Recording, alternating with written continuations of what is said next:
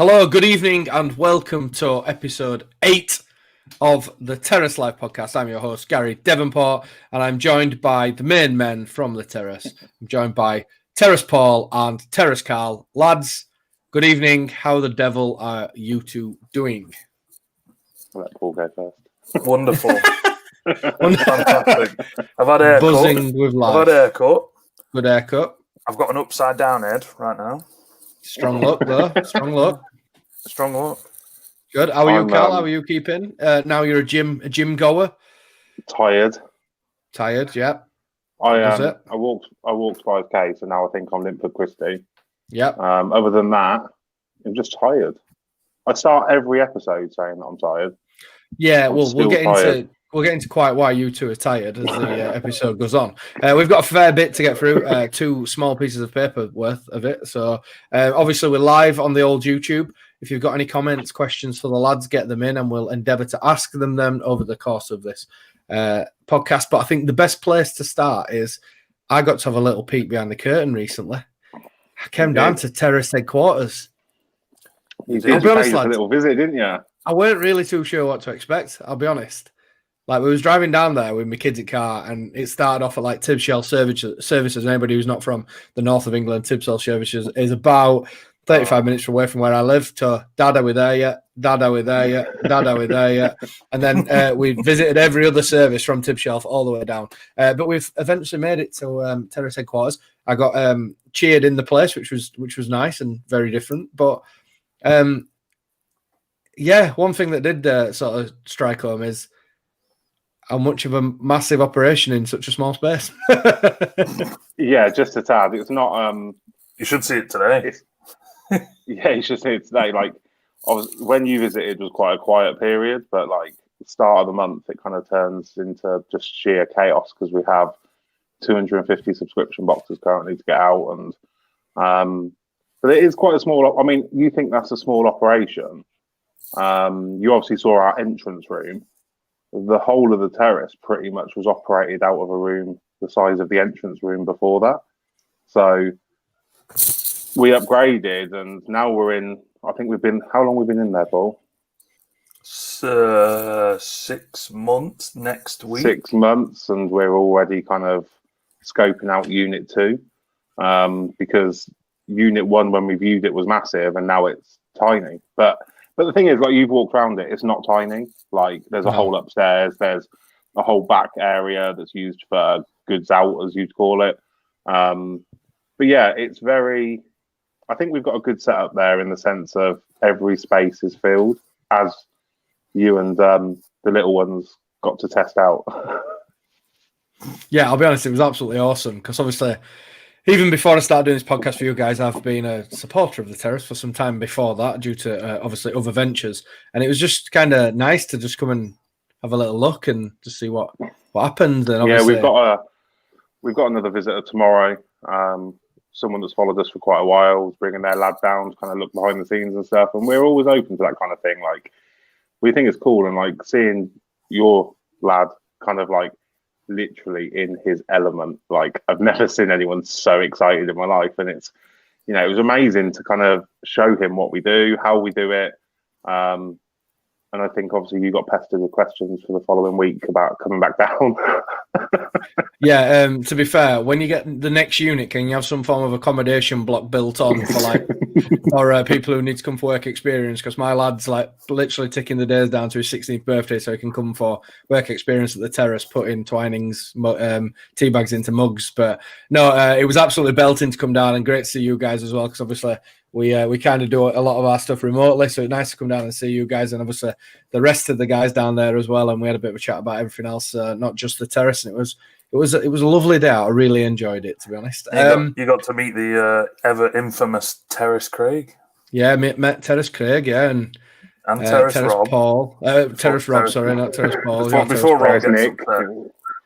Yeah, so it was great, and yeah, what a nice atmosphere to work in as well. What a lovely place. That's the thing. It's like that's not just like hairs and graces for when you come down. It's like you walk in, and you know the guy that's bringing his lad tomorrow. They'll walk in, and how they see it and how they find it is how we are every day, because we're kind of big on with hiring and stuff. We kind of hire personalities, not skill sets. Like the skill sets can be taught. Paul and I are experienced enough and have background enough to kind of train and teach people how. You know, a lot of it we taught ourselves, so we're probably not even given the best training, but we kind of hire personalities. Yeah, still winging it every day, but we kind of hire personalities more than skill sets, because that gel in a small brand that's growing so fast is the most crucial thing to this company. Like, and I think we found that with hiring Craig and then hiring Rob shortly after. It's kind of like the atmosphere has gelled, and you picked up on that. And I think everyone that comes to visit kind of picks up on it straight away. Yeah, absolutely. A few comments coming in, a few evenings. Grady Tidy, or Grady Draws. Hello, lads. Good evening, Grady. Yasmin Weston, she says, I'll start walking now, lads. I'll probably get to you by the end of the month.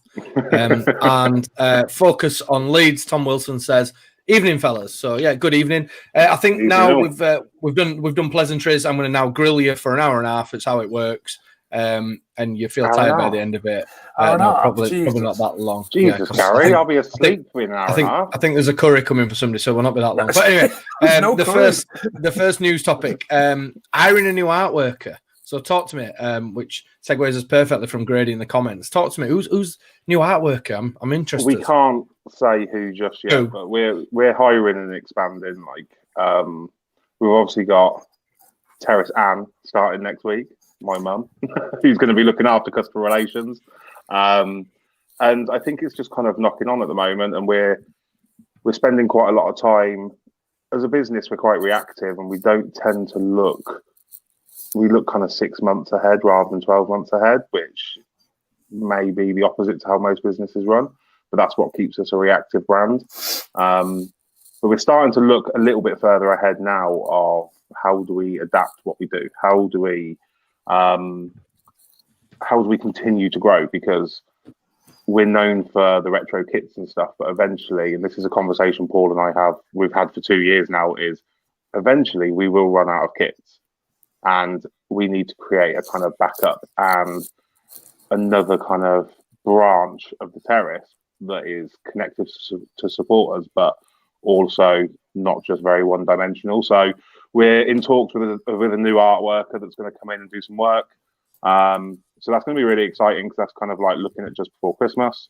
And I think kind of Paul is in the position where he also agrees that kind of growth is going to kind of happen around that Christmas period. Like, we've seen growth every Christmas. That's kind of been the knock-on effect. So naturally, it's a holiday season. People are spending a lot more money. People are buying gifts, and we continue to adapt our ranges, especially for gifting. So Christmas is going to be an important one, I think, for us, especially with hiring and catering for demand. It's not even just about art workers and customer service, but there's the whole production side of it. We have to respect that Craig and Rob are human beings, like they're not machines. So we're very big on ensuring that they're not necessarily overworked, because, you know, we install an atmosphere that when it's quiet, you can kind of, if the job's done, we leave early and so on. But it's also when it's manic, the hours get put in, and like serious hours. Like the guys will be in the whole of Black Friday weekend. The guys will be doing lates and weekends in the build up to Christmas, as will Paul and I. So I think, yeah, Christmas is kind of the tell sign at the moment about what our real growth is going to be. Because I know Paul's already been kind of messaging me and ringing me regarding what we're going to do at Christmas regarding production and stuff. But I'm kind of leaving that to Paul to make a call. I think it's just like, it's really difficult because I guess the kind of one of the things that's like most challenging for us is that it's almost like if you said to me like, how many orders are we going to have like in November, and I've got no idea. Like we talked about like this same thing last year when we talked about, you know, right, Black Friday, we don't need to hire Craig in advance because we think we'll be okay, and then you get like a splurge of orders, and it's kind of, we're kind of in a difficult position in the sense that there's only physically so many orders you can get out the door in like say a 10 or 12 hour period. And if you get behind far enough, you really struggle to catch up without sort of an extra day in the week, even working weekends and evenings and stuff like that. So like what my main focus is to sort of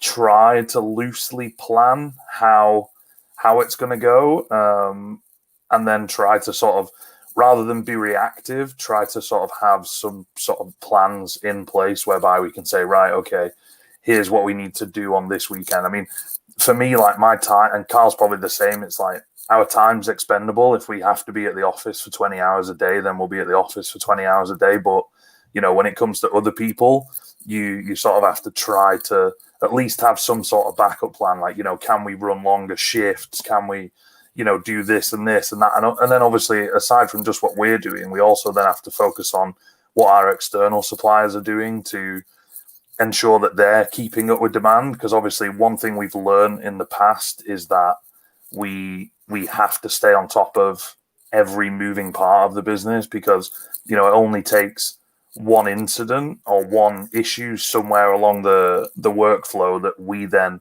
you know, it causes us problems. So sort of trying to plan is incredibly difficult because we don't really know what we're planning for.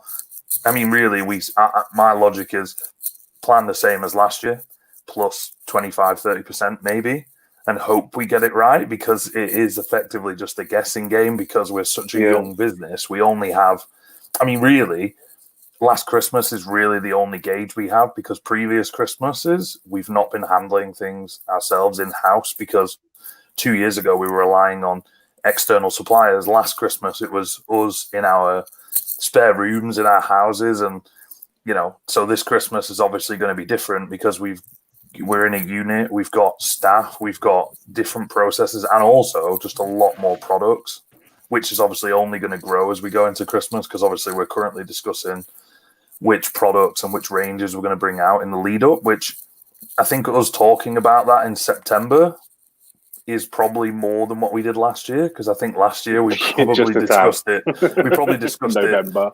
Yeah, like 2 weeks before, or a week before Black Friday. Whereas now, I mean, even now, we're planning really too late, but we're planning based on what we can plan, because it's like I say, obviously, with us only having a set amount of staff, we can't be planning back in March and April for Christmas because we're busy dealing with March and April. So, you know, we're planning some stuff and we've started to make improvements. We've got, you know, improvements in processes coming in. Things are, you know, we're constantly looking as to how we shave time off things we do and how we improve things. But yeah, it's going to be a really challenging time, but I'm also incredibly looking forward to it, because I can't honestly say there's anything more than, I kind of thrive on complete chaos. And 100%. You know, and I think it's important to say as well, mad. like, the reason that's not necessarily, that may, what Paul's just said and stuff, may be off on a tangent from the original question, but it's not, because the whole point, when you take on a new art worker, for example, we worked it out the other day that if we're getting, say, 25 pieces of new artwork a week, that's 100 a month. When you times that by 5 products, that's 500 products a month that will be going online. So if you got that going up for a 3-month build up to Christmas, that's 1,500 new products before Christmas. So if they're dominantly products that are produced in-house, that's where the whole knock-on effect of production staff and everything comes into it. So like even such a little thing as hiring one member of staff or an art worker or bringing in a freelancer, it has such a potential for a detrimental effect that Paul and I have to have the conversations about, okay, that's great to put them in place, but what other branches of this business is that then going to affect? Because we can't improve one area. Okay, great, we've got loads of new products, loads of new designs, and then absolutely collapse in the knock-on areas. We have to kind of consider every aspect of the business. I think as well, like we also started more. I mean, this is a funny one, but obviously, like last year, we're still working out of our spare rooms. And I remember probably about 2 weeks before the Christmas postage deadline, because obviously we were working in our houses, we used to order mugs by the box. So we'd literally order like a box of 36 at a time. I'd be ordering originally I was probably ordering 2 to 4 boxes, but ordering on sort of a Monday and getting them on Tuesday, then ordering again on Thursday and getting them Friday. And I remember getting 2 weeks before Christmas, and I was probably then ordering 8 to 12 boxes at a time, twice a week. And then literally on a Monday, I come in and I finished my regular job, and I'm like, right, okay, what have we got to do here? I'm like, right, I've got 2 boxes of mugs here, so I've got 72 mugs and I've got 100 mugs that I need to print and pack. Right, I better order some. I go on the website where we buy them from, sold out, like, not available.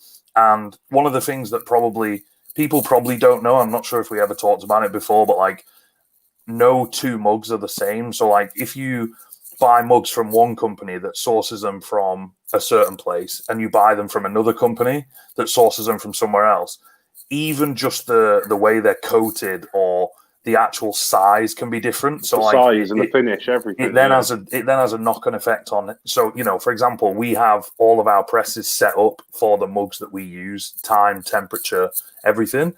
We probably last year we went just before Black Friday and ordered half pallet each.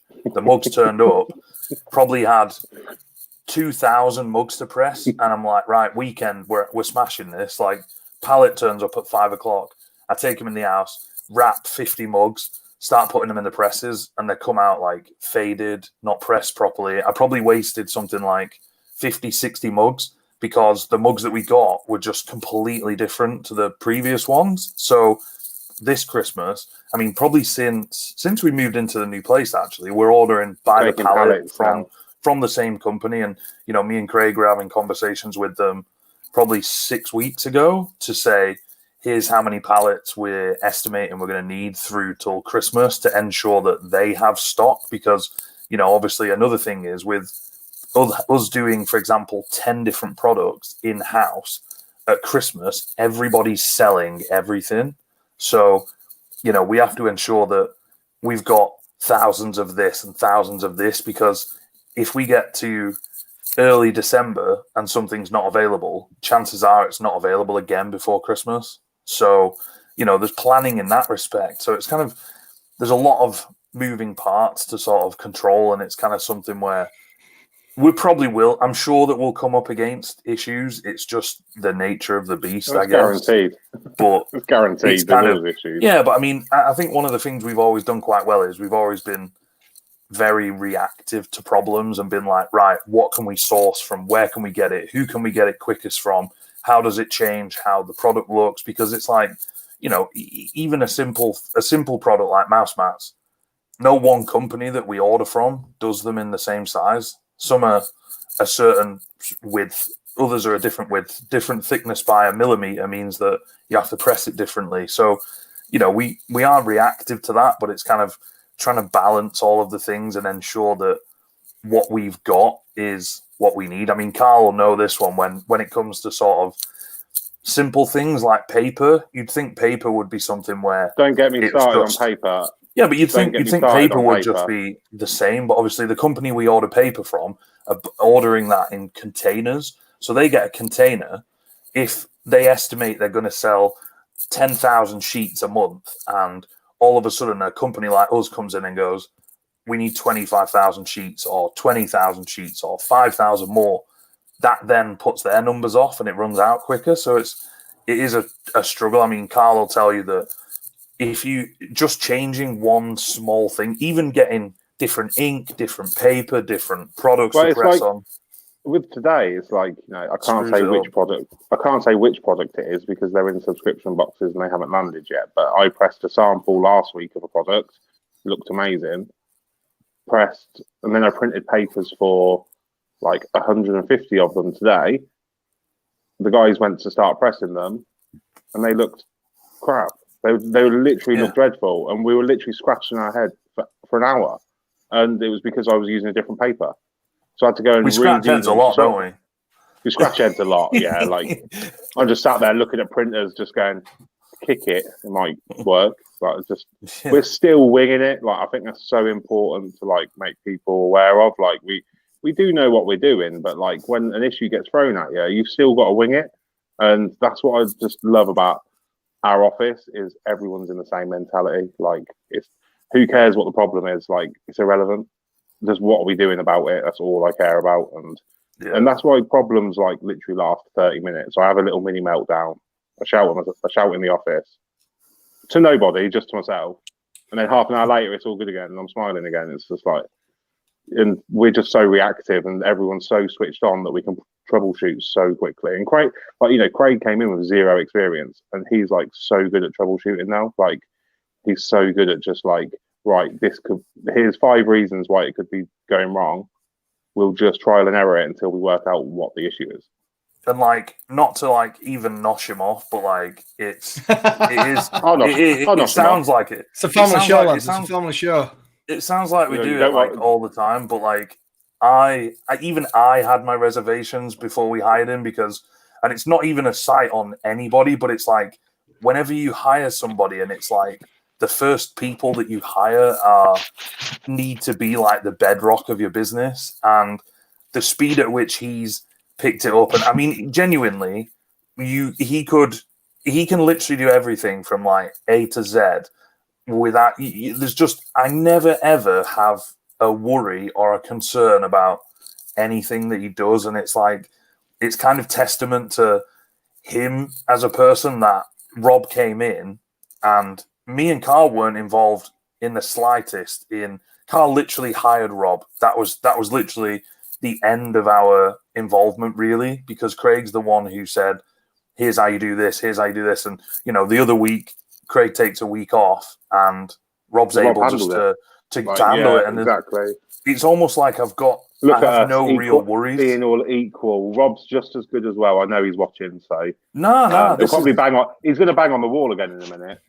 I know he's there. He goes. Look, there he is. Yeah, for those who are listening back on the podcast, Rob is in the comments. Rob Dealey says, "Evening, chaps. Good evening, Rob. For anybody who might be new to the podcast, what you may not know is it's that much of a family business that Rob and Carl actually live next door to each other. So the last time we mentioned Rob on the podcast, he gave a decent knock on the wall, and we could hear it. So good evening, Rob. I hope you are well." Slightly then moving on, you've already mentioned subscription boxes. This were a new thing that we talked about last time we got together, which now feels like such a long time ago, but I don't think it was actually that long ago. How are they doing? How have they been received? What's the demand like? Obviously, you can't talk too much about the content because it's top secret of upcoming ones anyway. I mean, received, I'd say, well above what I expected. Like, I did discuss it when we talked about subscription boxes before. One of the things I had to get into my head so quickly was that I can't keep everyone happy. So I'm going to make choices every month that some people won't like. But that's just the nature of a subscription box. It's the mystery of it. But they've been received really well. Like the feedback on Twitter and stuff, and even in emails, has been fantastic. And every month we're kind of stepping it up because we've got more time. Like I'm already kind of discussing products for December's and January's because I know they're going to take me longer to source and to set up. And us having that time, but I think most importantly, us having the support and the loyalty of the people that subscribe to it is, I mean, we had a conversation after month 1 and we were like, right, we need to be prepared for a percentage of people to drop out because we plan these boxes, but if we suddenly lose, we've got, I think, 250 subscribers-ish. And we were like, if we lose 100 all of a sudden, it kind of rocks the boat a little bit. And we're still at the same amount of subscribers. And we're gaining more and more every month. And I think that's all we need to see. That people are still loyal. They're still tweeting us saying they can't wait for their box and stuff. But on the flip side, it's chaos, Gary. It's just chaos. Because I think we underestimated. I underestimated completely when I said to Paul, like, I'm going to launch it. It was one of them days where I just fancied doing something new. And we talked about it for so long. So I just sat there for like a few hours, put all the cogs together and went, right, I've sorted it. We can do it. And we just launched it because I think a lot of our successes have been just go with it. Like, we know we want to do it. And that passion kind of comes across. So, and that kind of spreads on to the people that buy stuff. But I 100% hold my hands up and underestimated the work involved in them subscription boxes. Like I was sat there saying to the guys, like, it's going to be so easy because, you know, if 40 people sign up and they all support Barnsley, it's like I haven't got to design 40 products. It's just the same products, and I hit print 40 times, then we press it. And so what I did underestimate was that I didn't realize we'd end up with like 250 subscribers split across about 49 clubs. So Yeah. now I'm kind of like every month going, right, I need to do artwork for everyone from Newport County to someone subscribed and chose their second team as Harchester United. That's gold. So I'm sat here searching bloody dream team kits, and it's, you know, I think there are certain clubs that we have a dominance in there from. Like it's, you know, there's a nice bulk of about 3 or 4 clubs. But then you get down, it's just like one Arsenal, one Villa, one Cheltenham, one Oldham, and it's those ones that are like that I have to put a lot more kind of work in for. But I won't complain about it because I love it. Like it's what I do every day. So, you know, when I get to do it in bulk, it's even better. It takes a day out of my time, but it's the best day ever because I'm just sat there doing new kits and drawing new kits and stuff. And but yeah, it's been received amazing, and I think every month we're getting quicker at packing them. Like we've had, what Paul will have seen, we've had like 4 or 5 tweets tonight going, "Wow, well, the payment was taken this morning and it's shipping already," and that's from our premium customers, because premiums are actually going out a day earlier this month because the monthlies have something else to print in still, which is being done tomorrow morning.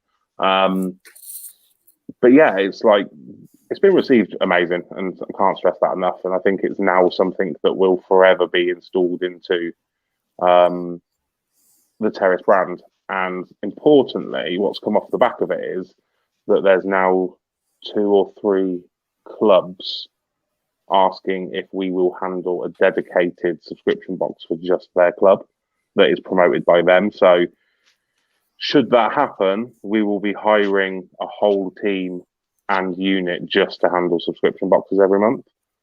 Because you know, we got 250 subscribers. If you've got a championship club or a Premier League club that are saying, right, you'll do our subscription boxes, but we'll give you full marketing support, and they're mailing out adverts for the subscription box to 400,000 members or subscribers to their list. We're talking serious subscribers. So it's going to be, and that's the best part of us being reactive, is we'll just hire a team and a unit to handle it. Like we kind of take it in our stride. Like Paul said, we thrive under chaos. So it's when we work best. If I'm given too much time, it all goes a little bit wrong. Too much time to think about it. Yeah, I think that's the same though, but it's like it kind of is exactly the same as everything else we've done. It's always kind of been stick it up and do it and then figure it out after. Yeah, 100%. You know, I mean, it's certain things are easier. I mean, this month we've been the best organized with the majority of it. The majority of stuff was done ready for packing last week. Like 2.5 weeks. Some of it was done weeks ago, and it's been like that. I think for me, like my real test of it is going to be November, December, because obviously with December we have Black Friday, like 8 or 9 days before we would normally ship the subscription boxes. Mm-hmm. So I think it's just stuff like that. It's just it's constantly planning and trying to do it. The hardest subscription box is going to be January's. Yeah, because that is going out the first week of January, and we're also off for a week at Christmas. So we've got to kind of prepare their subscription boxes before Christmas and have them literally waiting to go out on January the 1st. But it's something we've already discussed, which is surprising to me as well as Paul, as well as everyone. Like I think we're just already. I think we're just learning. I think time. Dare I say we're becoming professional? Yeah, I think time is just a thing where it's like I think what we've realized is that because there's only physically so much that you can do at once, you kind of have to plan, because like if we'd have left, for example, bank holiday weekend just gone, had we not pressed and acquired the products for the current month's box, if we were pressing them this week, it'd be a mess. Because I'd be having a meltdown. Because there'd be now. no, because nothing, because it's a choice between getting the store orders out of the door or getting the subscription boxes out of the door. So it's, and that's not a choice we can make. We have to do both. So, I think it just, honestly, I think it just gets, it sounds a bit cliche, but it just gets easier the more that you do it, because you do certain things and you go, right, yeah, we did that last month and it didn't work, so let's try and do something a little bit different. And last month we packed really quick. And at Christmas we'll have Gary's lad down, so it'll be fine. I hope you don't listen to this, because literally I'll not hear the end of it between now and December that he's going to come down and work for you. Definitely I didn't know he's going to take work experience so seriously. Honestly, get ready for it. He starts high school on Thursday, so good luck to him if he's listening. What's the minimum wage for kids these days? I'm not sure. When I started, it was like £2.88, I think. Well, we're gonna have trouble. We're gonna have trouble. How much does that equate to in mugs? Mugs? We're gonna have trouble though, because Craig will start 3 mugs a week.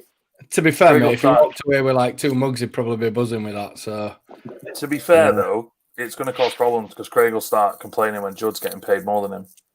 Yeah, maybe we should not mention that to Craig. Yeah, anyway, moving swiftly on before some sort of organisation complains about underpaid workers or something.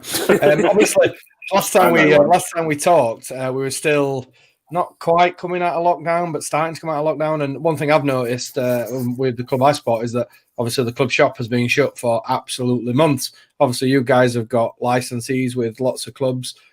Have you noticed a sudden demand as club shops have started opening again from clubs in terms of your products in their shops?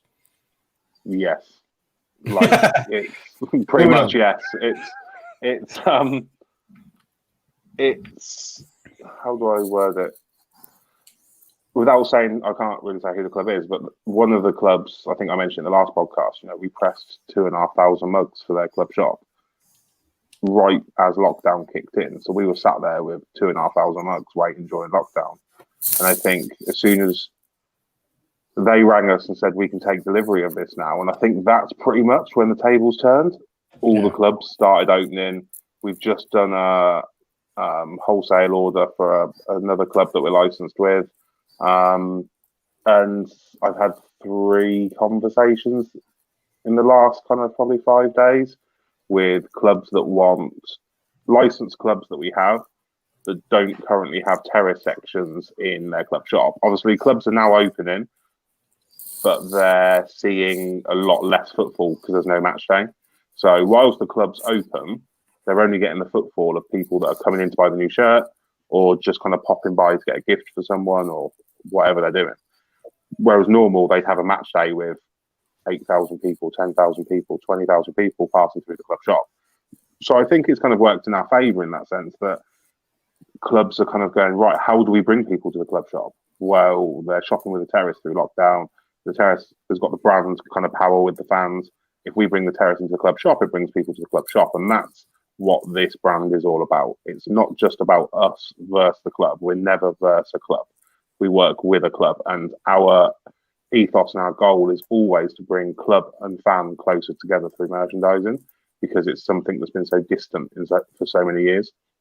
So we've got, from clubs from Premier League down to League Two, I've had conversations about new installs at grounds. And that's kind of one of our most exciting prospects, because we supply like terrace headerboards. So it puts our brand into the club shop with full-on sections of our products. So yeah, it's been the last 5 days has really opened up. Like, we're getting a lot of inquiries, especially with winter products now, like bobble hats and scarves and all that kind of stuff. So everyone's starting early with Christmas except us. So it's been great. Next week, mate. Next week, I'm telling you. You touched on clubs there. What's it like working close with clubs? Because I have a little bit of experience with this, and to be honest, they're a nightmare. From my experience dealing with them, then like trying to actually get an answer out of somebody is very difficult. I have to be honest. Like, obviously, Paul will tell you that it's kind of me that deals with the clubs. I ain't got the patience for it. It's not even the patience. It's because with the club contacts, it's I have to discuss artwork and sign offs and that stuff. So it naturally comes via me. But I think we established earlier on. I try. It was pointless. It was pointless just, me bothering with it because it used to be the case that I'd get to the point where it's like, right, let's talk about artwork, and it's just pointless me being stuck in the middle, trying to explain to Carl and going back to someone. So it's just easier. Just to note, Rob just knocked on my kitchen window. Brilliant. I was going to make a terrible joke then, but I won't. Yeah, don't. I'm trying to word this correctly. Working with clubs is always a pleasure because it gives us the opportunity to. If we're working with a club, they're willing to listen to us. They've seen something in our brand that they want to be a part of, and that's the greatest compliment we can ever receive. Some clubs are harder to deal with than others. That's in no way saying the person I'm dealing with is harder. Some clubs just have best way to kind of put it into perspective. When a club's in the Premier League, we've discussed this before, in the sense it will have a lot bigger kind of cogs in the works. So it won't just be a retail manager that I deal with. It will be a retail manager, a licensing manager, a buyer who has to get stuff signed off by a chairman, who has to get stuff signed off by a director. There's 5, 6, 7 people that are involved in our conversations. When it's a League 2 club, money's shorter. They don't have the huge teams. They'll have one person running 3 jobs. So everything's done a lot quicker with the lower league clubs, and that's no disrespect to them that they don't have as many staff. But also with lower league clubs, they're willing to take more risks. Exeter is a prime example. They literally let us run the Terrace Exeter license. Like, they trust that what we're doing, there's a reason for it. There's research gone behind it. And they just they're always like, yes, let's try it, because what's the harm in trying it? When you get a Premier League club that goes down the leagues, the staffing tends to stay. If they've been a Premier League club, they have naturally quite large gates. They might see the attendances drop slightly as they come down the leagues, but they still have that big infrastructure. And when you've got a lower league, not a lower league, but a club that's not in the Prem anymore, but has the setup of a Prem, that's when it becomes, for me, harder work, because they keep that many staff on board and you still have those kind of hurdles to jump. There's a lot more. I mean, Paul will know what I'm talking about here, but there's, rather than just emails and sign-offs, there's systems that you've got to log into to upload product approvals, and then you've got to wait for someone to check that system to sign it off. If that person doesn't check it for 2 weeks, I'm sat here waiting for 2 weeks just to get one product signed off. So, I mean, working with clubs is like working with anyone. There'll always be hurdles. There'll always be successes. There'll always be failures. But every club we're licensed with, I'm just it still blows my mind to say that they're just so willing to kind of go outside the box. I think they also see our mentality that it is kind of time for change, and we can adapt sports retailing. So, yeah, but I mean, everyone we deal with is amazing. Like, they're so. I think the biggest thing as well is they're so supportive of our brand. Like, that's one thing that still kind of is hard to take on board, that they actually believe in our brand. Like, I'll get phone calls from clubs to discuss licenses that we're not licensed with, and they'll say, "Yeah, X, Y, and Z at X, Y, and Z FC kind of told me all about you on the phone and was saying I should get in touch. So I want to see what the deal is, and it sounds amazing. I want to be part of it." And people we deal with are out there as a football club, speaking to other football clubs, telling them that they should be working with us. And I mean, I don't think we can get a bigger compliment than that, really. Like, that is generally the biggest compliment we can get. Yeah, totally agree. If you're being sort of recommended by peers, that's the best you can really. Well, it puts us on the same level as them. It's exactly. We always feel like the underdog. We will always feel like the underdog. We're not Nike. We're not Adidas. We're not Puma. We're not these huge kind of sports brands that can just bowl into a club and be like, "Here's next season's ranges. This is what you're having with your club badge on." because one, we would never operate a business like that anyway, but we're still the underdog. We're still the small brand, and I think we will be for many years to come. We might be growing, we might be getting bigger, but we'll always be the underdog. And I think from the industries that Paul and I come from, it's kind of nice being the underdog. Like, it makes everything that little bit more special. It does, but just a couple of hardcore kids that never got given anything exactly. to go out there and get it. But if you think about it, though, it's literally the same. Let me just mentality. pop Terror on. Hang on. It's the exact same mentality, though, isn't it? Like, we're not. Yeah, you got to go out there and get it for yourself. Yeah, absolutely.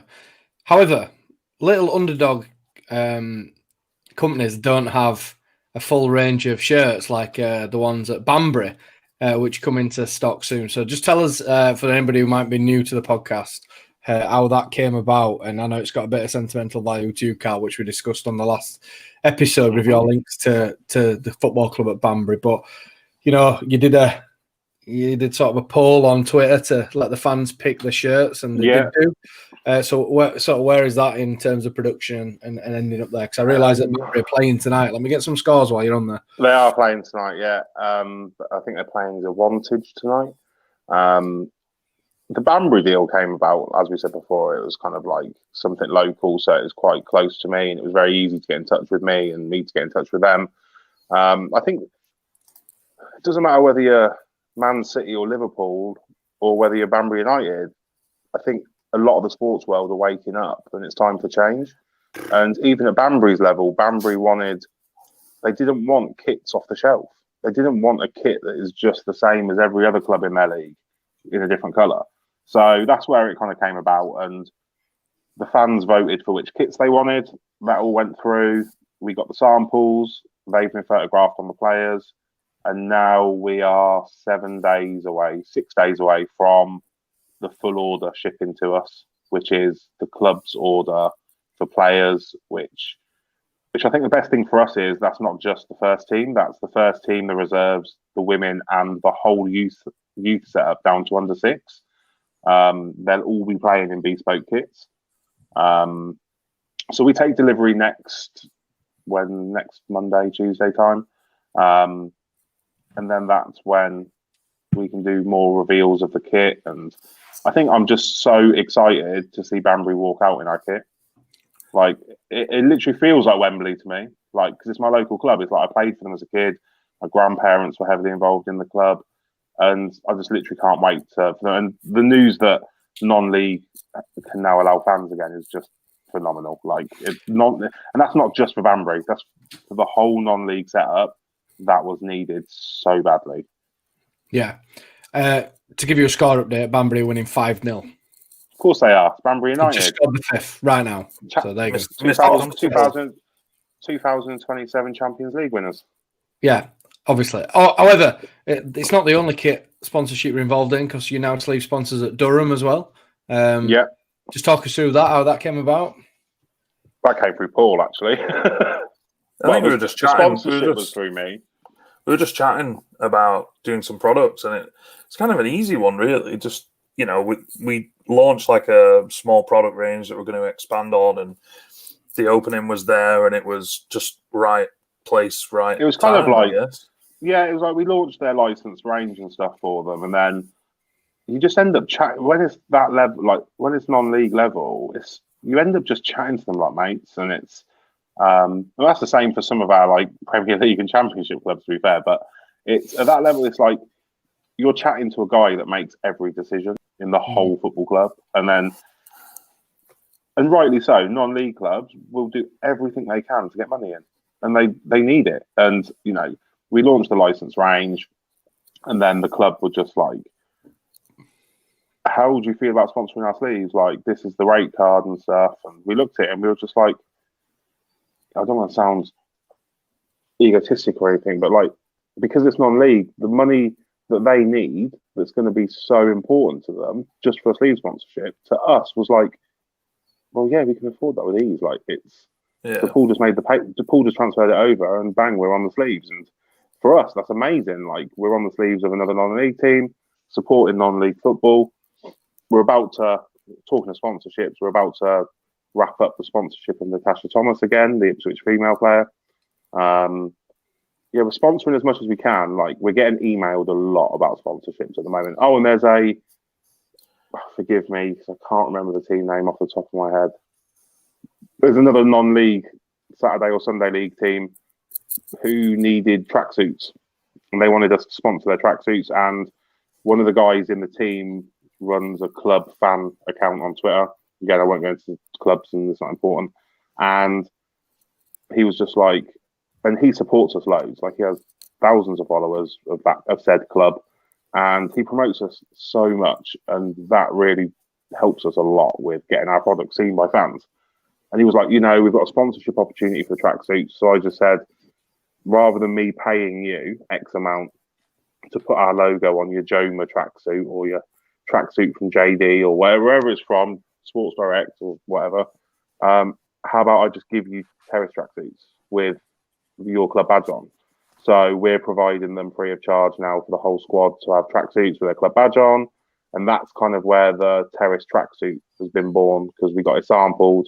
Craig looked absolutely dashing in it. And then I think we said, didn't we, though, when we did the Banbury thing, we were kind of like, what's the point in maybe supplying kits if someone's going to have to go training wear? Yeah, if someone's going to have to go and buy Joma training wear or Macron or whatever, like when we can do that ourselves. Like, but and we to be fair, take delivery of the tracksuits in like 10 days, and like it's the most exciting thing in the world. To be fair, they really are. Like, probably the best product we've ever had made.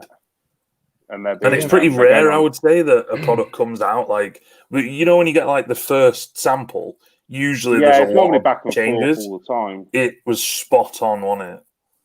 And they actually are going on general sale in a couple of weeks, so people will be able to buy Terrace tracksuits.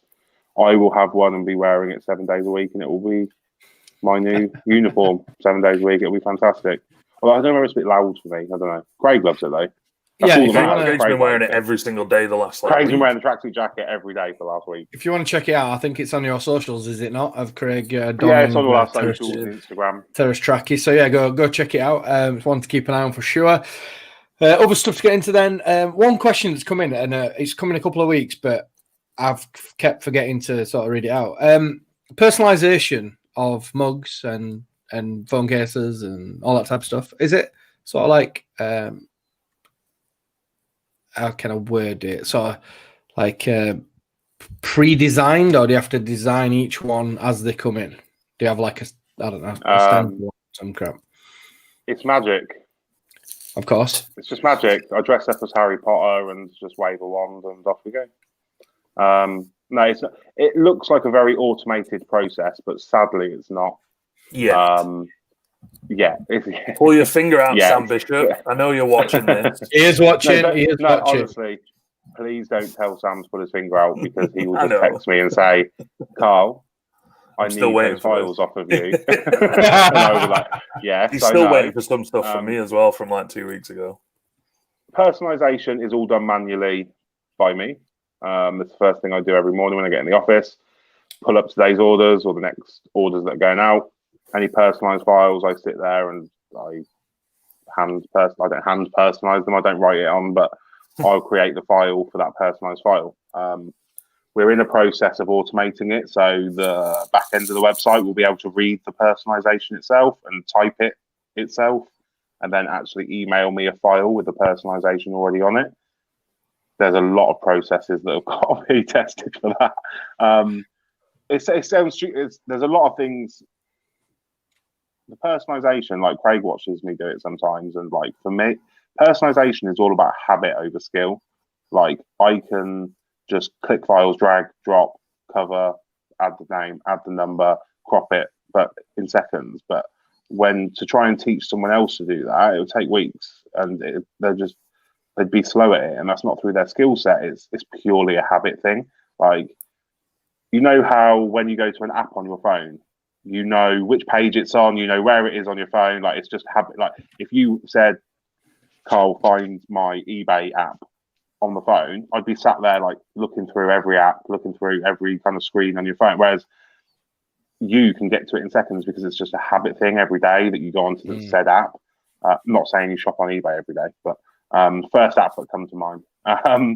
But yeah, so personalization is hopefully, if I'm honest, personalization I'd love to have automated by Christmas, but sorry, Sam, I'm not sure if I'll get the files done into. Basically, I've got to re-edit 1,750 files to make it happen. So when I find the time to do that, it'll be done. But it's been going on for a few months now. But the personalization is like great. Like it's such a fun aspect of what we do because people can truly make a product their own. We have to be, when it becomes automated, we'll still have to product check every file that comes through because we can't have, for example, we reject any personalization that's like a swear word or an offensive word because, take West Ham, for example. West Ham, one of our licensed clubs, who we have a lot of respect for. I know without even speaking to them that they do not want a kit mug in the world with their badge on that says X, Y, and Z word 10 that is offensive or, where I'm going with different types of words that mates will call each other and all this. Yeah, I get that it's for their mate and it's just a joke or whatever, but like I have to think of the clubs. So, I mean, this year we had one recently, didn't we, that we had to reject. And they were totally cool about it, though. They understood. Like, we don't just go, we can't do this. What do you want instead? I think Paul sent them an email explaining why we can't do it, the full explanation like I've just given behind it. And when we take the time out to do that, the customer is kind of like, I get it. That's cool. Like, okay, can you just replace it with this? So, yeah, personalization is great. We only do it on mugs at the moment and maybe coasters or certain coasters. We're looking at introducing personalization into phone cases, towels, cushions, and so on. But again, it's a lot of file work. It's a lot of processes behind the scenes, and sadly, that falls on me and the time thing. And I just don't have time at the moment. And that'll change. That'll change as we grow. We get more. If we get a new art worker, if we get new production staff, that will change. Like I'll gain time somewhere down the line. And the worst thing is, it's like me and Sam, our developer, had this conversation. We estimate that by automating the personalization, it would free up, I think it was 22 hours a week for me. That's a lot of time. Like I could do a lot in 22 hours, like across a week. So that's roughly how much time I'm spending on art files and personalization printing at the moment, across a week. So, but I've got to find the time to create that time. So it's kind of like a double-edged sword at the moment and just fighting back and forth to get the hours in. Not playing a violin. A very familiar Not playing tale. a violin or anything. Like it's, my own fault. Yeah. I should have done the files properly in the first place. I text Paul the other day about something we've been discussing for a while, and he was like, "It's on my list." And I text him back saying, I should imagine that list is very long. Do you know what's long. funny? I can't even remember what you're referring to. I'm going to have to check now. We'll discuss it off air. I'm sure you're busy. Moving on then. So, lads, just give us a quick sort of flavour of what's coming up for the Terrace in the next coming weeks or months. I've just remembered what it was. A very important thing. Yeah. We have a new licensed club to announce. I'm hoping that will be end of this week, start of next week. Is it just Preston? Waiting for. Is it Leeds? May as well. We may as well announce Preston again. We'll just get as much hysteria. Yeah. Announce Preston. I can tell you now, it's not Leeds. No. There you go then. Exclusive. If Leeds would like to reply to any of the 7 emails that I've sent, they are more than welcome to. But currently, I am still waiting a reply. But there are bigger things on Leeds' plate right now regarding being promoted to the Premier League. So I will. Oh yeah, they lost a friendly today, didn't they? Anyway, we have a new. I went there. You went there. You went straight there. Gary's straight face. I'm normal, so it doesn't bother me at all. Relegation for Gary. Don't start. Here we go. I'm not starting. Don't wind him up. Don't wind him up. Okay. Yeah, we've got a new licensed club to announce hopefully by next week. All the designs are done. All the products are ready. They look literally, theirs just look incredible. But we're just waiting for a director sign off, and then I don't know what else is going on. We're about to renew sponsorships of Yes, a we're pretty renewing average, sponsorships. couple of average podcasts. Oh, sorry, No an comment, average Gary. But to be fair, it's bang average. Oh, we have. podcast. To be fair, as well, we've sponsored Writing the Gary Kelly's Leeds podcast. That's another sponsorship to kind of give back to fans and give back to fan projects and stuff. I mean, regarding what's going on at the Terrace at the moment, just We're doing a lot of other stuff, aren't we? Really, outside football stuff. We've had a lot of. I've got a friend outside of football that is a mad football fan, but we don't do business about football. He works for a certain agency who has clients here, there, and everywhere, and he comes to me now and then with different jobs and different kind of asking for quotes on things for clients. And yeah, we've started printing quite a lot of jobs for like wholesale mug orders and stuff that have got nothing to do with football. There was it started like the end of last year with that. We did like an anime mug for some client, and now we're just halfway through pressing a wholesale order for probably one of the largest corporations in the world, which is quite exciting. But like, it's also it's rather so, weird. It's weird. Yeah, obviously I can't say who it is. So it's kind of like 1 minute you're looking at Preston North End 92 away, and the next minute you're looking at some corporation's logo on a white mug. It's just like, this is weird. But it pays the bills. It keeps the lights on. It's why we can hire staff. It's why we're sat here doing a podcast, and I'm not getting ready to go to another full-time job tomorrow. So we'll never complain. We're passionate about the Terrace and stuff, but we're also passionate about everyone's bills getting paid and kids getting fed and stuff. So if the jobs are there, we'll take them as long as it doesn't. As they stay up north, to work is to work. Yeah, to work. However, talking about looking after other people, you've obviously donated the profits from any Wigan products to the Save Their Club fund that's ticking over quite nicely to try and get Wigan back on a stable financial footing. Seeing the response to that, I thought was amazing. Like, there's so many people supporting that cause, and I think it's an important cause. Like, it's not often that a club or a supporters club and stuff can generally reach out and go, we need help. Like, we need help. It's always, we need a buyer. Whose fault is it? Everyone's always focused on whose fault it is or what the problem is. And I think with that Save Our Club campaign, it's like, we need help. And it's as simple as that. And I saw an amazing tweet going around. I think it was someone tweeted, was it Jermaine Defoe? And they tweeted about saying, the goals he scored. Yeah, he said, "Hey, Jermaine, like, you scored got a hat trick against Wigan or something for Tottenham and put us out the cup, or you did something. How about donating $5,000 to our Save Our Club fund to say sorry?" And he tweeted back a screenshot of a $5,000 donation because he can, of course. Like, not everyone can just go and do that, but I just love the traction it's picking up, and it's not the first time we've done it. We gave profits to Bury. There was another club as well, but I can't remember who it was. It was around that same. Bolton was the other one when they were in trouble. And I think it's not there to look good. It's not there. We're not talking like they're going to get thousands of pounds.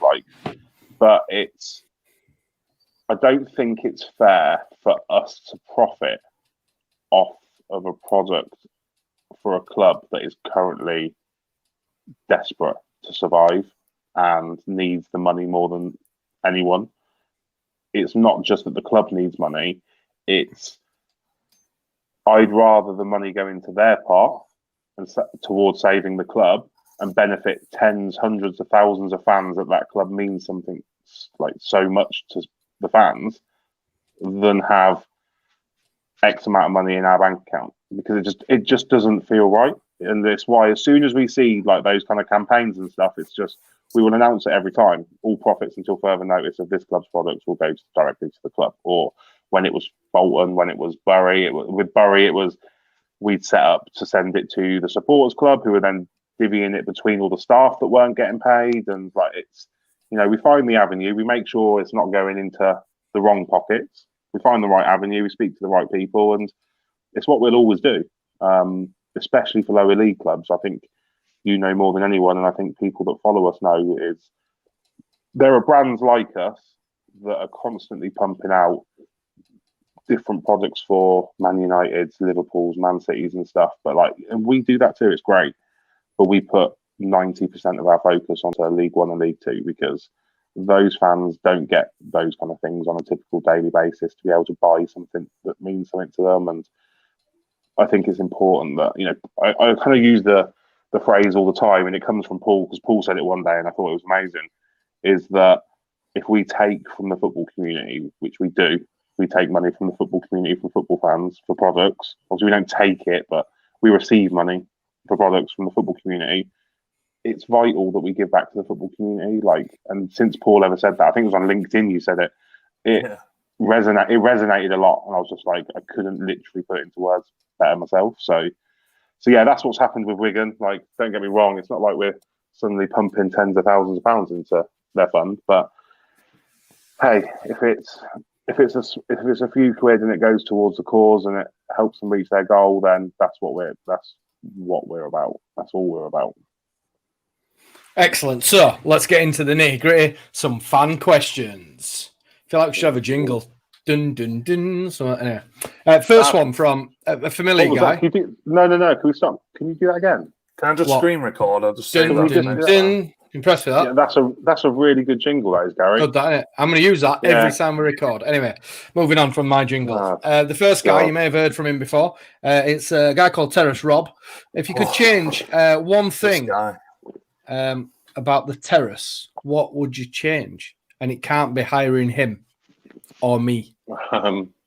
Hiring Craig. Probably research that we did at the start of the brand, because we did none. We just kind of just went ad hoc, and we've discussed it on 2 or 3 episodes now.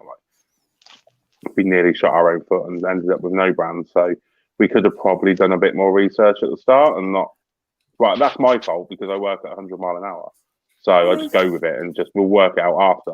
I could have done a bit more research into trademarking and stuff, but when you don't know about it and you have no idea the laws and all that kind of stuff, you can't just teach yourself it on YouTube overnight.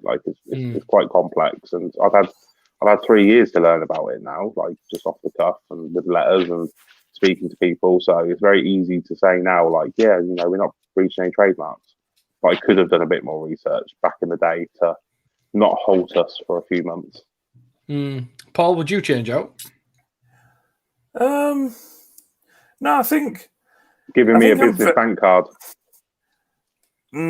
That's probably one of them. I think to be honest with you, I'm very sort of, I don't want to use the word comfortable, but I don't really, I feel as though it's kind of weird, because I've experienced rapid growth within a company before, not a company that I owned, but a company that I worked for.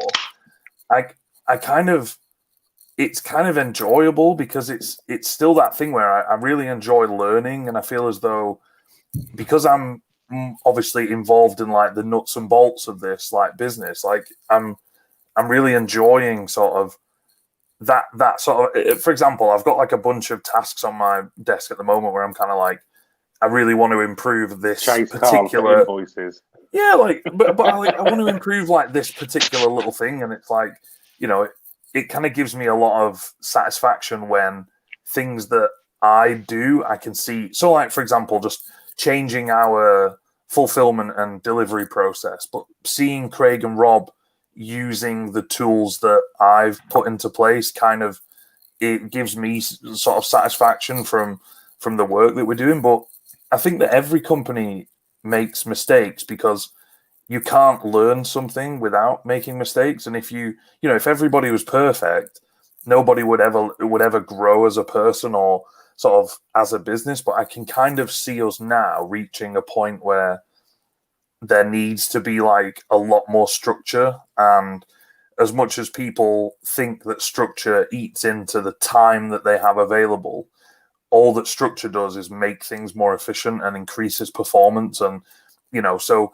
it doesn't sound a lot, but if we can, for example, find a way to put 20 orders a day extra out of the door with what we currently have, by improving some of those processes in a year, in 6 months or a year, that's quite a large volume that you're improving by. And it's, improving those little things. And, it's kind of nice to be, whilst it's difficult to be responsible for other people getting paid, it's also nice to be in a position whereby you can change established work cultures. So like, I've worked at companies before where the people who are like a level above you couldn't give a shit about you or your life or your problems, or if you need 10 minutes off one day or you need to go somewhere for something, it was always like, well, take out your holidays. Like, I got fired from a job once for being a cumulative total of 7 minutes late in like 2 weeks. And it was, everybody who worked there, who was the level above you, spoke to you like crap. You should treated tell you Craig like that. crap. But it's that thing though, where like we kind of, I understand, like, as we grow and we get more staff who aren't necessarily friends, or, it's very difficult to sort of implement and maintain that kind of culture as you grow because there's more moving parts. But I feel as though bringing in the right people and, having the right processes and the right structures in place gives other people motivation to want to, because really what we want to create is a work culture where people want to come to work and people want to work for us because they're treated fairly and, everybody's kind of on a level playing field. But obviously that's something that over time you have to learn, because, me and Carl have never really, we've managed people before, but in a different sort of setting and a different way, not in a structure. We've kind of managed people who paid our wages rather than managing people where we paid their wages. So it's kind of, it's a just something different to deal with, but it poses challenges, but then the challenges that I think we enjoy dealing with, and we enjoy sort of, these, I get excited by the littlest things. Carl had me order a pallet truck today, and it's like, I'm like, oh my God, we're getting a pallet truck, like getting our own pallet truck. I can't wait to push Craig round on it. The thing is as well, Paul, like, I don't want to go off on a tangent because obviously it's your podcast and not mine, but obviously in my day job, yes, I do have a day job. This is not my full-time job, and anybody who listens probably realizes why, but I teach people how to run fire service incidents, at quite big levels, or to a reasonable level anyway, to the sort of naked eye. And I always say to everybody who I ever teach, from sort of firefighter to the next round up, that managing incidents is pretty straightforward. Managing people is very difficult. And when I first started managing people 6-7 years ago, I made some massive mistakes in the way I went about things. But what I always say to even our newest of recruits who we're getting, I always say, the mistakes are good. The mistakes are what you need to make, because then you can address what you're doing wrong and not make the same mistakes again.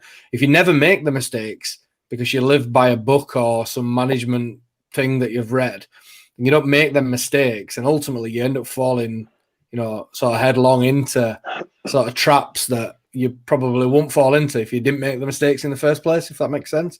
You've kind of got to be prepared to fail a little bit in the early stages, because then you learn and you grow from it, and then you build the foundations then that anybody else who comes into them foundations understand what's expected of them, what the levels are, and then you just kind of manage it then from there on in.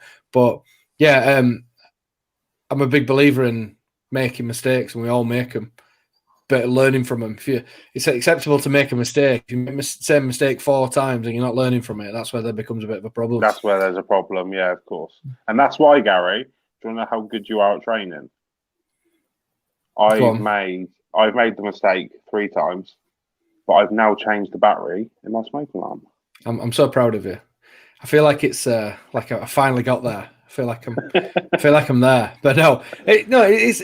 Listen, managing people is a really, really interesting concept, and building something that people can buy into is a really interesting one. And I think the way that you guys go about it and the way that you do things is the right way for me. Like, being completely honest, like, I'll be brutally honest.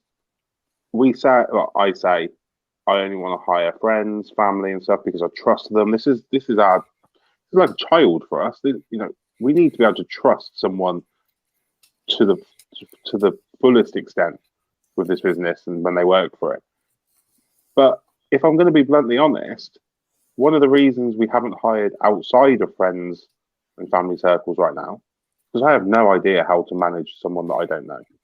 In the sense of, if they've got a complaint about my mate who works for us, how do I even handle that? Like, do you know what I mean? It's one of them things. It's like, I'm not scared to do it, but it's like, I'm not prepared for that yet. There will be a day where we've got 30, 40, 50 employees and I haven't got that many mates. I've got like 4. So we've probably got about 6 months in us before we have to hire a stranger, because I'm going to run out of people that I know. But and at that you're point, right, you're very much right, because with that, it's kind of, it also comes down to like the people that you hire, because it sounds, this is going to sound so cliche, but it's like, I need to know that like the people that we have around us are going to go to war with us and are going to bat with us, like for us, because you know what it's going to be like when the shit hits the fan, or like we're in the trenches, we don't need people who can't be there with us. And it's very much, it sounds silly, but I've seen it in the past whereby people that I've worked alongside, like, you struggle to find people who will give as much as you will when it's your business. But one of the key things for me is that those people, that I can rely on those people that are around me, and that everybody is pulling for the same goal. Like, we're not it is a team sort of business, and needing to rely on those people, to trust those people. It's very hard when you're hiring people that you don't know. And, Carl said it as well. It's like, it's going to be interesting when we even thought about when we're hiring Craig. It's like, right, okay, we need a employee policy. Like, we need to make sure that we've got contract. Like, everybody has an employment contract, and it's sort of those kind of things are things where you're like, well, it's just my mate, but it's like, as a business, we need to be prepared for the fact that down the line we're going to hire these people who, we need to have a proper interview process. We need to have, proper. God, could you imagine me interviewing someone? No. Just for a moment, could you imagine me interviewing someone? Just literally, it would be over in like 2 minutes. So I don't like them. But I think the issue, not the issue, but the point there, I think, would be, I think that we are together. I mean, I like to think that I'm quite a good judge of character, and I like to think that both of us would see different things in people. I mean, just to point out that you hired Rob, and Rob's your next door neighbor, but you weren't hanging out every day. Like, you didn't know him as well as you know He's my best mate. No, I didn't know him at all. But I could tell he was a grafter. Yeah, you can just tell. You just get a vibe. I mean, if I have to do an interview, the first question is, do you like trainers? Well, I'm not interested on what you know or what you can do. Like, am I going to be able to talk to you for 8 hours a day, or are you going to be bored? Like, it's, just interviewing people and all that stuff. Like, Gary, I'll be moving you and your family down here before I hire a stranger. Gary, I've got you an apartment. We need you to. As long as you get me some sort of like train to head back up for work, I'm good for that. You won't need work. You work for me now, Gary. Oh yeah, work for me now. Gary, anyway, next question. Gary, before we go, we need a designated person who can make sure that if there's a fire drill every Monday at 9 o'clock, that everyone's in the place. I mean, man, I'll even get you a high vis and everything. Yeah, can I have like fire marshal on that, but not with any connotations of Phoenix Knights? Fire marshal on it. Yeah, that'd be great. Next question then, from Tom Clace, great guy, top guy. What's been your most popular piece of merchandise that you've shipped? Do you know what? I saw this question before, and I started trying to have a look for at least the last 12 months, and I forgot. No idea. But I've got my other computer here, and I'm actually looking because I want to be able to tell you accurately. I'm going to say it's either going to be... You won't... Oh, I know what our most popular product is. Go on. It's the NHS kit mug. Nope. Controversial. Wrong. What, are we talking in the last 12 months? We're talking in the exact last 12 months, which does include Black Friday 2019. Is it no contact turn? What though? And you've got two choices as to which one it could be. It's going to be a black or white. Oh, go on then. It's a black one. Yeah. No contact Followed terms, closely. literally. Followed, so that's followed what we, literally by 2 mugs on a white one. Yeah, it's we like no context Hearn. Like the guy that runs that page is amazing. Like he's just an awesome guy to deal with. And launching that range last Black Friday, right before Christmas, is one of the things that we were kind of beating around the bush earlier about how you don't know how Christmas is going to go, because we had no idea how that was going to go, and it flew. Like it literally flew to the point where that is our best selling product for the last 12 months.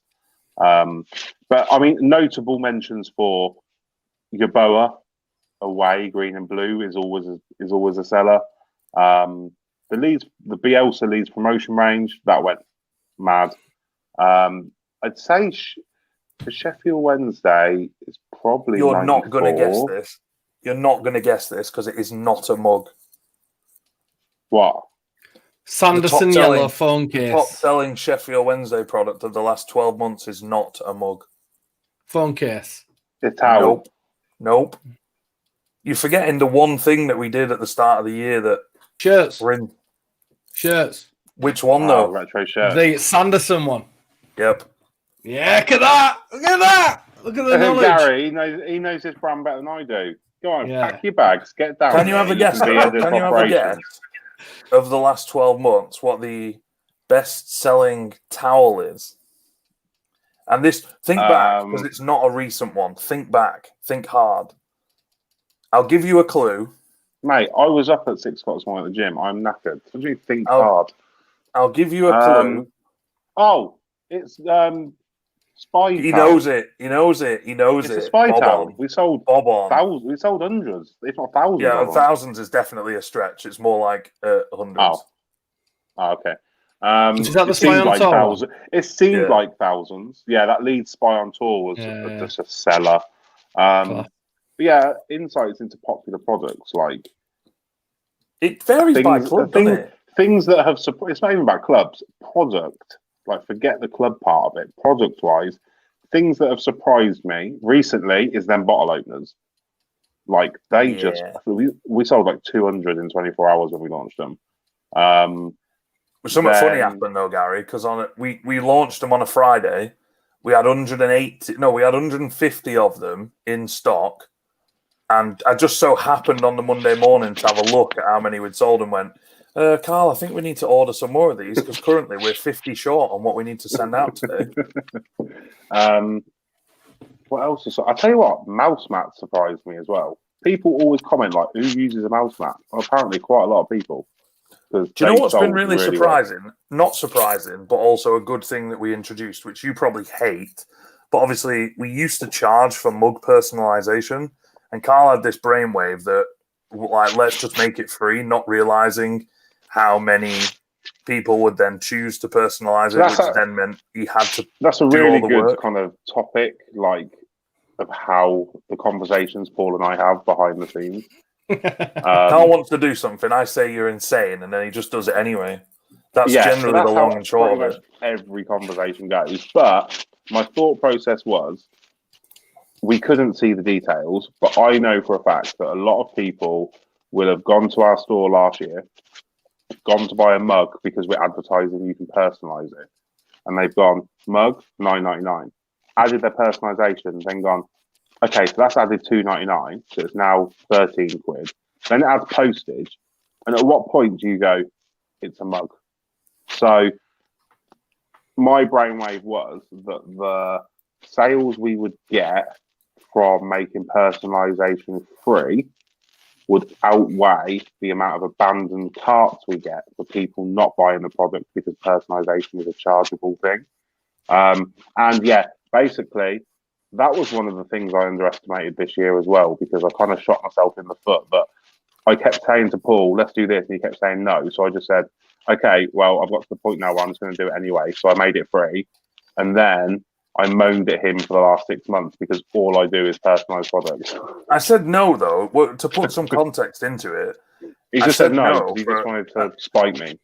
Yeah, nah, I said no for a logical reason. And it's the same when we look at, like, for example, when we look at wholesale orders, it's like, it's different now that we have staff, because whereas we used to just think about, when we were doing it ourselves, we used to just think about, oh, well, a mug costs X amount. So if someone's got a wholesale order, we can charge them X amount. Whereas now we have to factor in the fact that we have to pay Craig, we have to pay Rob, we've got a unit, we've got, utilities and all these other costs that go. Like, we have to factor that in. And my thing was, if we sell 100 mugs a week and currently we have 10 people who choose personalization, chances are that probably 40 or 50 of those 100 will add it when it's free, and that then results in more work. And I think the last thing I said before you decided we were doing it was, if you want to do it, go ahead and do it. However, be aware that it's only your time it's going to eat into. And what's it done? And yeah, that was definitely a great decision. So it was a good night. It was. Decision. It was. It swings and roundabouts, because, like, in the end, you do it, and it is great. Like, people love doing it. I mean, we probably sell more personalized mugs now than we do non-personalized. 100%. I can tell you that. It's a thing, but it's a thing you have to weigh up as to, is this the right thing to do now? And we've just dealt with it. Well, you've just dealt with it. I've dealt with it, yeah. Next question. Craig's dealt with it, having to look across the table where there's 50 white mugs that have all got names on, like NHS mugs. If Craig never saw an NHS mug again in his life, he'd be very happy.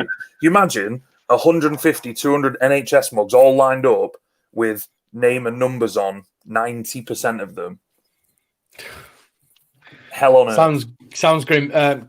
To make you feel better, Craig, the 2 NHS mugs I bought didn't have names and numbers on them. So, cheers, Gary. Yeah, I'll look after you, Craig. Don't worry. Next question from King Rommel. This came in on Twitter. Do you get to see any of the kits before they're launched? As in football kits? Dear. You have to sign paperwork to say you won't tell anyone. Non-disclosure agreement. Right in Chelsea. Not always. I signed an NDA with one club this season, for this forthcoming season, to say that I wouldn't show it to anyone. But it's like, and then showed it me. Yeah, because you work for the company. You have to see it. I see. So we've got 20 licensed clubs ish, and I probably saw 17 of them before they come out. Because I speak to the the retail managers, and I'm just like, look, you're going to be busy with kit launch. I need to start getting these kits drawn up, ready for next season. So if you can send me the kits now, I can start the artwork 2 weeks before you release, and then you'll release. We never typically release kit mugs or any kit products on the same day as a shirt release, because I don't believe in taking, not that we're going to take away any sales for the shirts, but the focus is on the kits. We'd be shooting ourselves in the foot, because who cares about kit mug when the new shirt is out? So I have all the products ready and stuff. So, like, I think the first kit I saw this season was probably Luton, and they actually sent me that off the bat. Like, I didn't even ask for it. They sent me it and just said, keep it between yourself, but it'd be cool if you could start on next season's products. So a lot of clubs are really forward like that. Like, and I like that because it shows that they're thinking 6 months ahead and 3 months ahead, going, this is what fans want, and how do we get it to them quicker? So they're sending us the kits to look at. Plymouth again, they sent us them really early, and like the Plymouth products came out so well. There's a couple of clubs though that we don't see until they're out. Like, they're really kept close to chest, and they're usually for a reason, because it literally is just not worth it being leaked, because there's a big story behind it or whatever.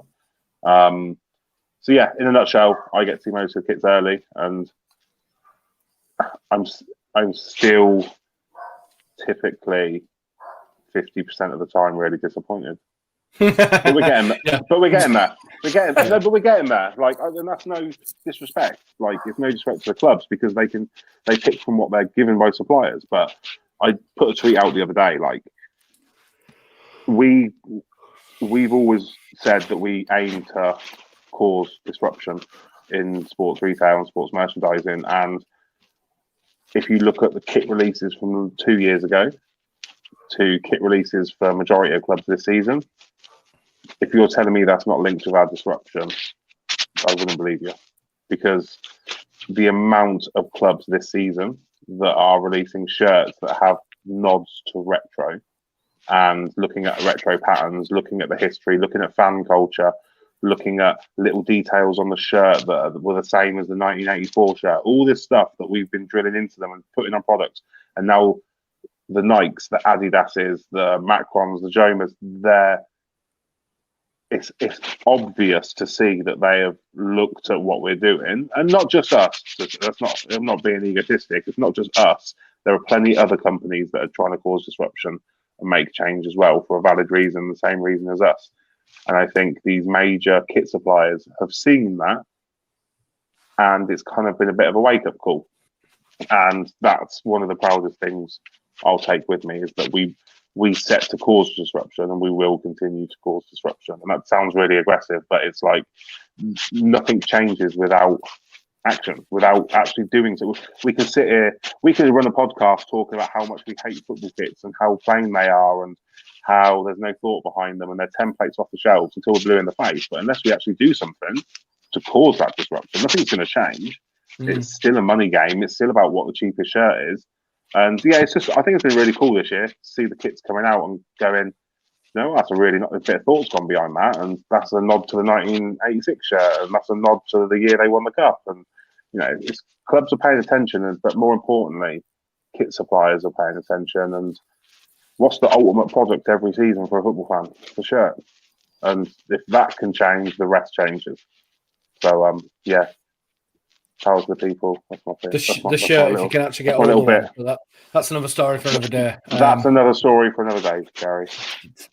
Anyway, lads, my early prediction of an hour and a half worth of podcast was not a bad one, because we're at 1 hour and 26 minutes. So you look at that. Few comments coming in the comments, but obviously we're not going to be able to get through them all because we're running out of time. However, a weird twist of it, here's me commenting from YouTube on the stream that I'm hosting, saying, "Hello, lads." Hello, Gary. That's actually my son. That's my son sat downstairs using my YouTube to comment on live videos. Again, I was going to say, was the conversation so boring that you were just? No, it was very riveting, but the little swine has got access to my YouTube, so I'm gonna have to. We will see you, him. mate, in 6 years' time.